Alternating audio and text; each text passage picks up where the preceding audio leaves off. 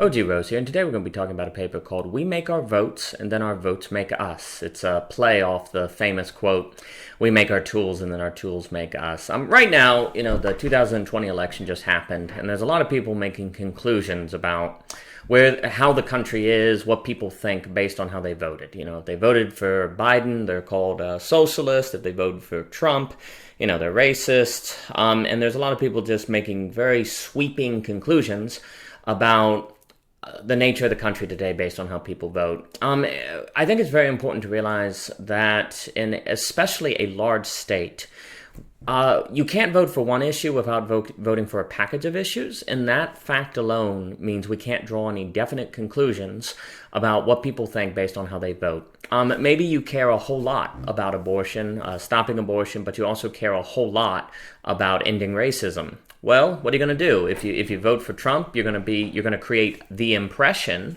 that you don't care that much about racism. And if you vote for the Democrats, you'll create the impression you don't care that much about abortion.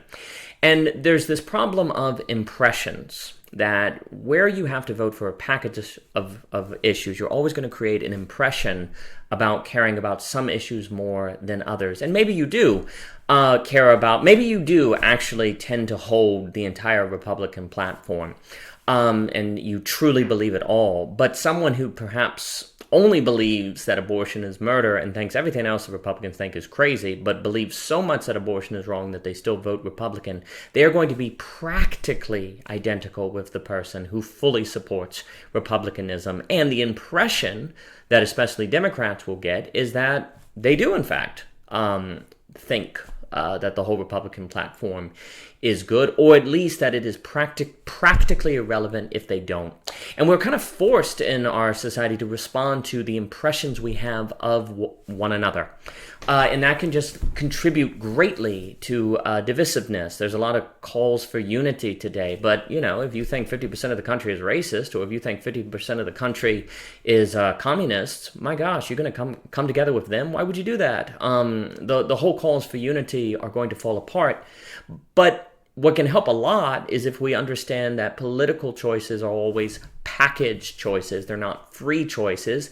And that if we cannot draw definite conclusions about what people think based on how they vote, then we'll be more willing to unify with the other side. We'll be more willing to listen because we won't be so sure that we understand them fully based on how they vote. And so you have this problem of impressions in the government. And there's also what ends up happening, that if you say vote Republican because you care about stopping abortion but don't agree at all with the other positions of Republicans, it's very likely that afterwards you're going to engage in a kind of rationalization of the entire platform, simply so you can live with yourself. You may not become a full-fledged, all-in, diehard Trump supporter, but you'll probably soften your critiques of Trump. You'll probably pull back a little bit and say, well, he didn't really say that, or, oh, well, it's not really that bad. And maybe you're right. But what interests me is the inevitable rationalization that must begin to sink in so that you can stabilize your existential anxiety and feel better about yourself. And so what can start to happen is that we're forced by our votes to create impressions of ourselves, and then we shape ourselves into those impressions. And so then the impression was mostly wrong in the past, but then gradually it comes to be correct, and then seem like it was always correct. And so then people that assume the impression was correct will feel justified because they're like, I knew it. I knew they were a diehard Republican. When that would miss a lot of the transformation that occurred because of the rationalization that can set in.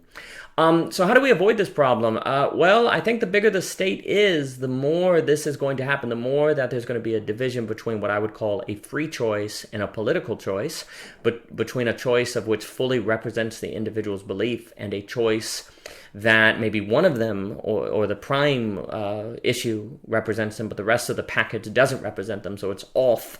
So choices that are accurate representations of individuals, free choices, and choices of which are misrepresentations or incomplete depictions of what people believe, political choices. The bigger the state is, the more those are going to probably divide. And the more those divide, the more existentially unhappy people are going to feel, or the more they're going to engage in rationalization and become those impressions and experience alienation that way. None of this bodes well for the country. None of it bodes well for unity. None of it bodes well for coming together. Either you have existentially anxious people desperate for stabilization, which if we follow the thinking of like a Philip Reef, it's under that existential anxiety that totalitarianism becomes appealing. Or we have people becoming not nuanced and fully falling into political platforms without any losing the capacity through their votes transforming what they think through rationalization, losing nuance, losing deeper creative thought. And all the while, people become kind of flat. They cease to be dynamic. They are gradually transformed into these flat people that are just Republican or just Democrat and don't have any interesting views. None of this seems good for the country.